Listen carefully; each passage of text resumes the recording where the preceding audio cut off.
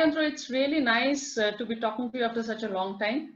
And as I'm doing this series of chats, I was thinking of you because I have always seen the kind of different kind of thought leadership you bring in. And it's a pleasure to be talking to you.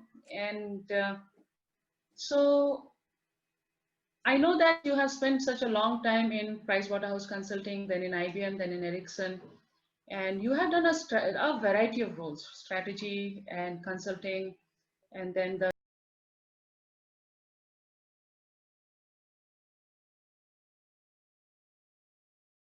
I know you have seen a lot from client's perspective, and having personally worked with you also, I know that people know you as a people leader who has a lot of focus on client. And I know recently you were talking about something very interesting, and I've been thinking about it as well. When you said that value is equivalent to experience divided by expectations. Right. Yeah. It really struck with me, and I kept on pondering upon it even after we closed our conversation the last time. So, can you explain a little bit of how you came across with it? Because it's very profound, very, very profound. So, I want to hear from you. Yeah, it actually it came from a personal experience, Paramita. So a few months back, we went to a restaurant for the first time, me and my family. And by the way, I live in Stockholm now for the last 1 year. I moved here mid of August last year. So a few months back, we went to a restaurant, and you must be thinking how we went to a restaurant during COVID time in Stockholm or Sweden. It's a different treatment of COVID, right? So the restaurants are open. We went to that restaurant, and we were in that restaurant for the second time, and somehow we felt something is missing. Something is not right. It was the same food, almost the same experience.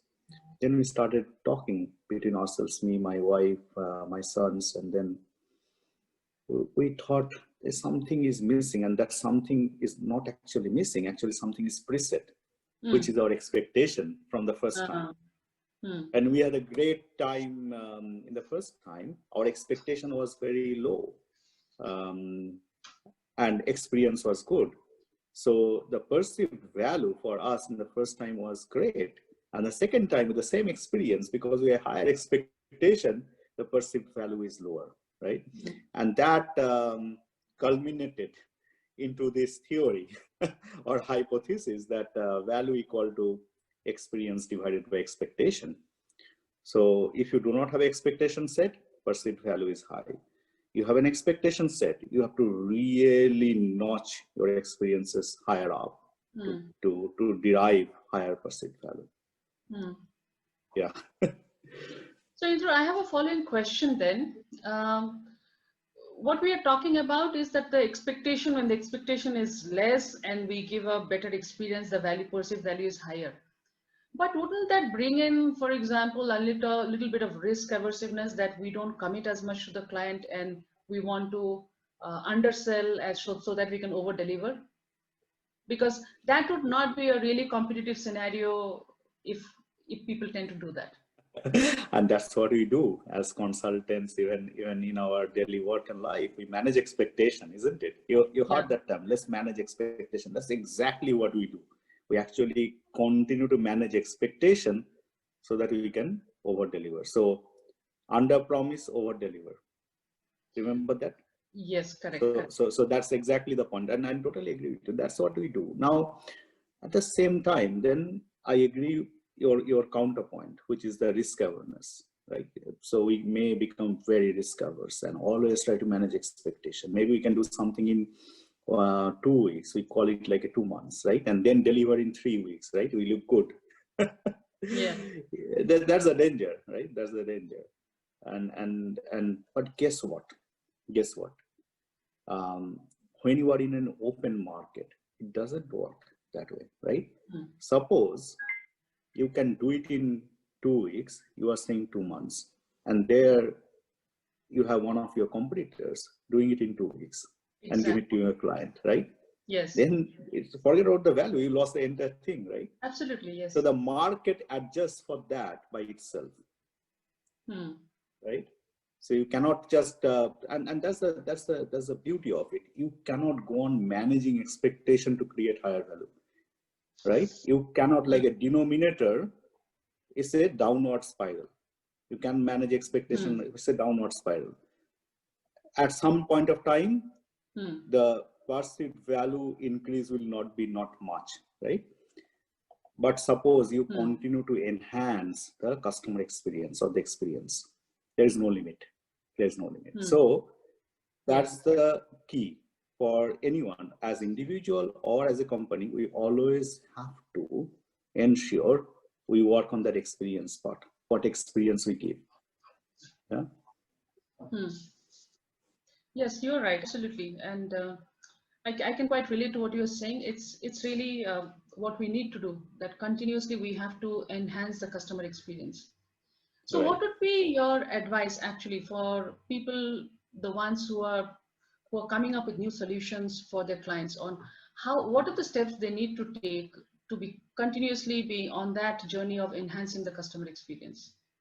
I mean, it's not like, for example, it's not about understanding the customer's expectations in the beginning and then you deliver the product maybe after 6 months, but then, you know, the perceived notion and how the industry and the market changes. What would be your advice? Look, I think we are in the world of agility, right? And things are changing very fast. The clock speed and the speed of change is very, very fast. And you are absolutely right. Even if we plan for a 6 months or 1 year, things will change drastically. So the very important thing in today's leadership is adaptability. How adaptable you are to your customer needs. Yes. Right. And that is key. Even if you look at COVID times, right? Many restaurants, they started doing the takeaway delivery or started delivering food rather than just having the restaurant open, because they had to pivot very quickly, right? So adaptability would be very, very key. And that's, if I can say one thing as a suggestion or advice to anyone, be adaptable. See how it is evolving, what your customer need. It will change from day to day, week to week, and be adaptable to that and pivot quickly. Right, absolutely. So Indra, the last question which I would have for you is, you are also a technology leader, and with whatever is happening right now on the artificial intelligence, machine learning space and analytics, where do you see the industries heading, and what would be your advice on, for different industries, for different companies, what do they need to do and how can they use AI and ML for customer experience? Okay, the way I look at it, in the last 2 decades, the machine learning and artificial intelligence progressed a lot. And today, it is becoming a table stake. You need to have machine learning. You need to have focus on AI and automation into whatever you do. At the same time, there's a hype. There's a tremendous hype, as if AI will solve everything in the world. That will not be the case, right? Yes. Because there are still limitations of machine learning, like the machines cannot think like a human being, right? So there are tasks which are more repetitive in nature. You can always bring AI to automate that. And then there are cognitive tasks where you need to like augment that doing with thinking. And that's where the human play more and more role. And I see that shift now, where most of the companies will have to automate the repetitive tasks and move on and upskill their employees. Similarly, we have to upskill all of ourselves towards that more high level cognitive thinking and cognitive tasks, and will complement each other. And that in the next decade, you will see a lot of this are going to take place, right? 50% of today's work, which are repetitive, will go away. And industry by industry, the percentage may be different, but the cognitive task could be there. Machines are not yet there to think, right? Of course, there are advancements along with artificial intelligence. We are talking about artificial stupidity as well nowadays, to bring it together. So we'll see how it evolves, but for sure, it's a irreversible change. We need to adapt to it.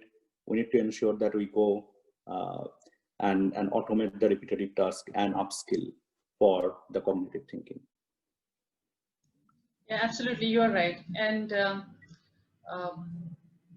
even in this just few moments, Indro, there are so much of words of wisdom that you have given. Thank you so much. Adaptability is one key takeaway. Second takeaway is to continuously enhance the client experience. And of course, the formula that you have given, value is where we have to strike that balance between expectation and experience and where we need to focus. And also not to get risk averse, but then be providing that leadership. And truly it brings in that whole think about, are we supposed to manage or are we supposed to lead, and how do we strike the balance? Wow, that's a lovely summarization, Paramita. What you said the last, I really like it. Are we supposed to lead or manage? That's awesome, awesome. My pleasure, Paramita. It has been great pleasure talking to you. Thank you so much. Thank you, Indra. Thank you so much. We'll catch up again.